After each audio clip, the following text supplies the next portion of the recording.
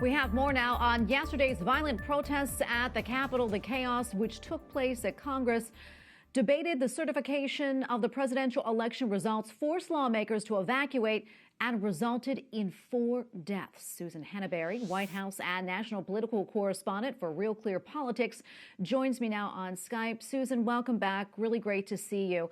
I know that you've been in touch with other journalists who were inside the Capitol yesterday as supporters of the president were forcing their way inside. What did they say to you, and what was their experience like? Yes, I have been in touch with those chiefs of staff, communications directors for members, and friends of mine who I had spent 26 years in the Capitol working on and off. So very familiar with the Capitol, so I have lots of friends there.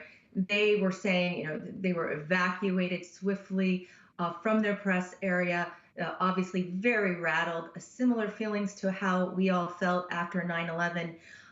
And that threat to everyone's life that we felt at the Capitol and at the White House that day.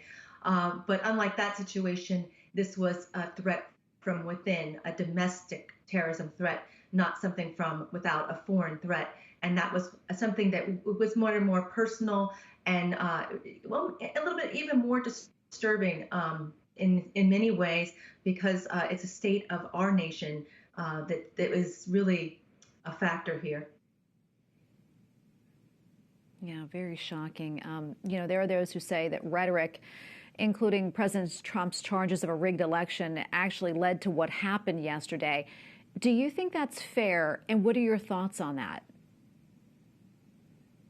Well, I think that he didn't do enough. I think his statements while people were scaling the walls of the Capitol building to get inside and then charging, and we were all seeing it play out on Fox News, on national TV. He certainly watches Fox News. We know that.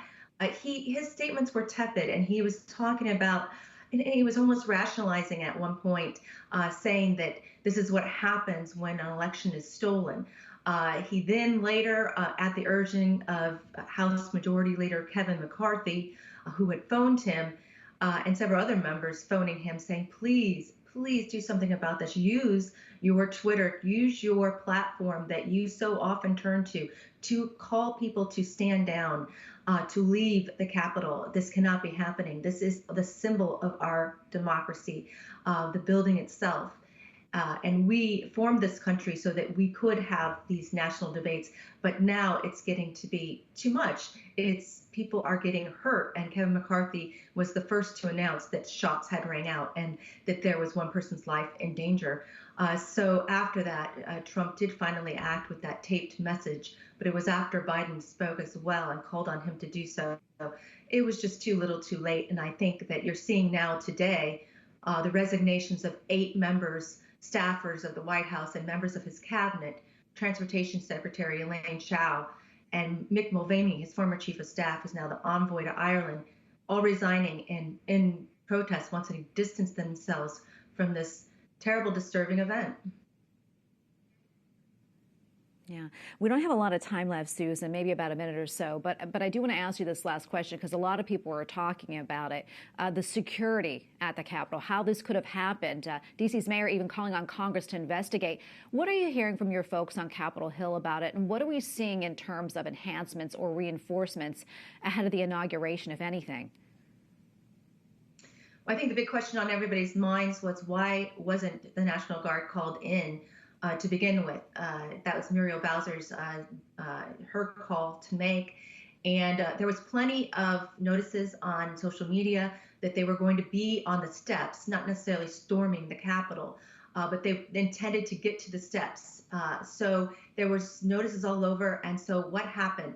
Now we see resignations being called for from the Capitol Police, the Sergeant at Arms on both sides of the Capitol, Senate and House. We were seeing these no-climb structures being erected around the Capitol, and those will remain, as will 5,000 new National Guardsmen coming in until the inauguration. And it's really just a sign of the times, how divided our country is and how violent the reactions are to our politics right now. Yeah, well, Susan, we're going to leave it right there. Thank you so much for coming on, and we appreciate your analysis. Absolutely, Tracy. Thanks for having me.